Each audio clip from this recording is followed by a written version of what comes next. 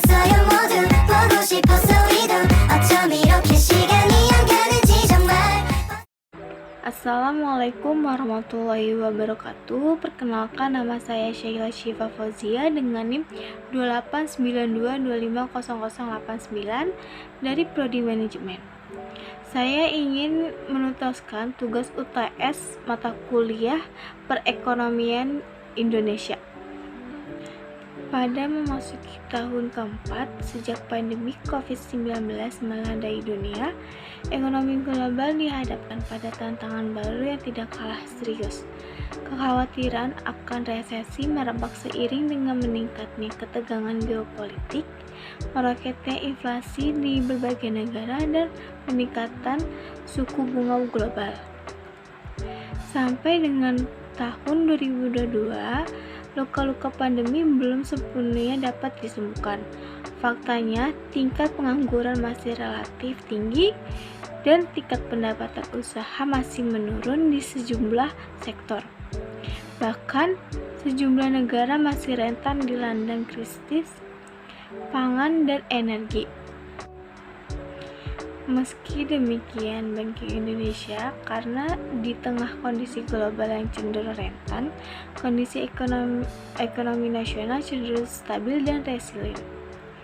Tanpa mengecilkan sisa-sisa luka pandemi, di tahun 2022, ekonomi Indonesia berpeluang tumbuh 5,0 atau 5,1%.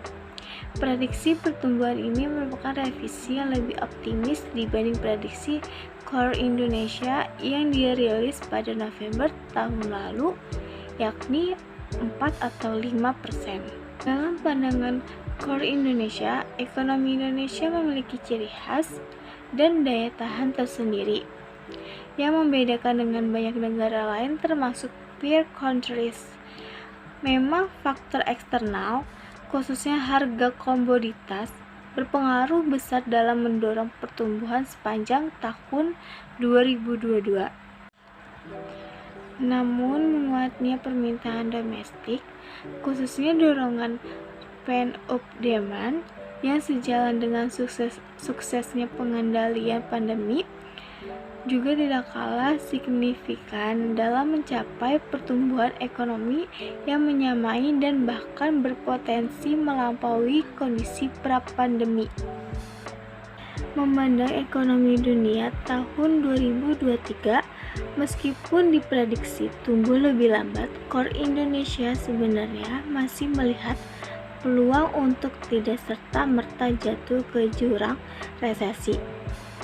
Ekonomi negara-negara barat seperti Amerika Serikat dan Uni Eropa mungkin menjadi rentan akibat lonjakan inflasi dan pengetatan moneter. Namun, Tiongkok yang menjadi mitra dagang terbesar banyak negara termasuk Indonesia menunjukkan indikasi perbaikan sejalan dengan semakin terkendalinya penyebaran COVID-19. Inflasi global memang masih berpotensi meningkat, namun Core Indonesia memperkirakan tekanan cenderung lebih rendah dibanding tahun ini. Core Indonesia memprediksi ekonomi nasional di tahun 2023 mampu tumbuh 4,5 hingga 5,0%. Konsumsi rumah tangga diprediksi tetap kuat dan melampaui tingkat konsumsi pra-pandemi meskipun pertumbuhannya melambat marginal akibat tekanan global. Tingkat inflasi diprediksi lebih rendah dan tidak banyak mengganggu tingkat konsumsi secara agregat. Walaupun masih akan menekan daya beli masyarakat berpendapatan rendah dan kemungkinan juga masih menahan pemulihan mobilitas jarak jauh. Pengetatan moneter diprediksi lebih terbatas karena berkurangnya tekanan inflasi global dan domestik. Investasi diprediksi akan membeli menjadi penyumbang kedua terbesar pertumbuhan ekonomi 2023. Tumbuhan investasi swasta tidak banyak terganggu oleh tekanan ekonomi global.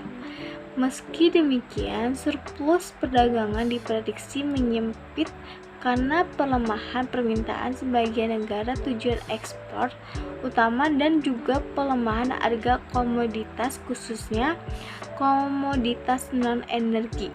Sekian dari presentasi saya. Terima kasih. Assalamualaikum warahmatullahi wabarakatuh.